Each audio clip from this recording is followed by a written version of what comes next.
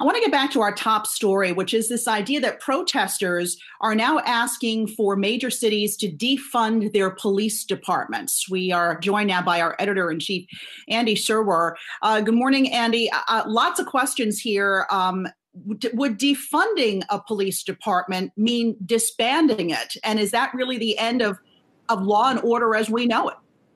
Wow, there's a lot to parse through here, Alexis. And you're right, protesters and others, lawmakers in some cases, are asking serious questions about the billions of dollars of funding that goes to police forces in major cities across the country, of New York City being a primary example. Mayor de Blasio asking for that funding to be called into question, Minneapolis, Los Angeles as well. And it wouldn't necessarily mean disbanding police forces, although there are some people calling for that as well, Alexis. But if you simply think about all the money that goes to police forces as a percentage of the budget of a city, it's huge. And look at all the military gear that these forces now are using. And so you've got to ask yourself, is the money well spent? And so critics are suggesting the money could be better spent if it was simply put into these communities and used for social services, such as looking at addressing homelessness, drug addiction, domestic violence. And so much of the policing is done there, and it's ineffective. And the money would be much better spent simply being used in the communities rather than on policing. I wonder if there's any data out there that shows that, if you start to defund your police department, what does that do to the crime rate in an area? And I'm wondering if there's any correlation there.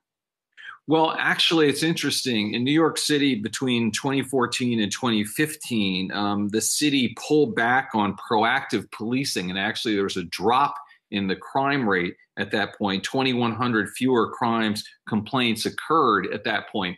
And if you think about what crime is in the United States, I mean, serious crime, I mean, you're talking about, say, like bank robbers and jewelry heists. I mean, no one's against the police going after those bad guys and making sure that doesn't happen. But so much other crime has to do with the conditions in urban neighborhoods. And if the money was simply used there to address homelessness and those types of things, that the police wouldn't be so forced and so inclined, really, to go in and, for lack of a better phrase, knock heads, which, actually they have been doing for decades. And so I think it's something that really bears strong consideration. Andy, potentially defunding police departments, what type of market risk is that? How does an investor wrap their hands around it? Sure, there might be individual stocks, maybe Ford gets less orders for police cars, but is it just another risk to add on the top of many risks to put money to work in the stock market? Well, I don't know if risk is the right word. I mean, right now, Brian, we're at a point where we're reassessing some very fundamental things in our society. And, the fact that the police force of a major city, needs to get, X huge percentage of the budget every year is sort of a given. Well, really, why is that? And is that really doing our society any good? That's the type of question. I mean, there are other countries around the world where their police budgets are much smaller. And so is that something we could do in this country? But those countries are spending money, again, on social services. We would need to change things up. I mean, ultimately, it would mean for a better society if you are to believe the critics of police spending. And so it could be something that would be a benefit to our economy, a tremendous benefit. It would take a lot of work to get there. But I think it's very healthy that we're asking these questions right now, because obviously it's not working. I mean, it's the same sort of thing as the war on drugs. We've spent tens of billions of dollars on that, and it hasn't moved the needle.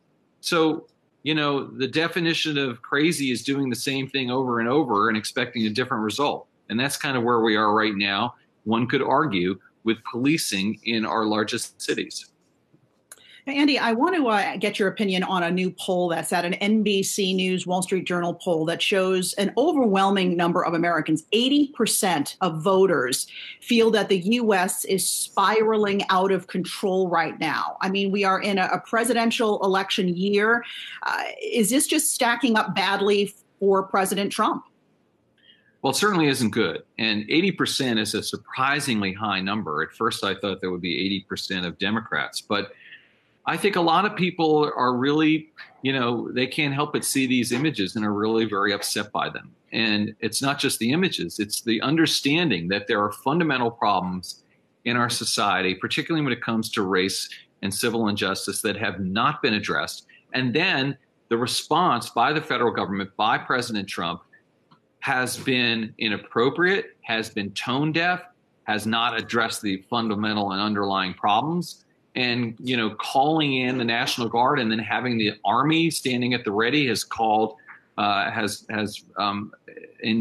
actually had military leaders suggest that this is not a good thing. So I think that, it's maybe not surprising that so many people are really very upset and perhaps looking for a change. I mean, I think we're going to be in for a very interesting couple months in terms of the election. But obviously, we have a tremendous amount of healing to do in this country right now as well. That is definitely for sure. All right, Andy Serwer, thanks for that.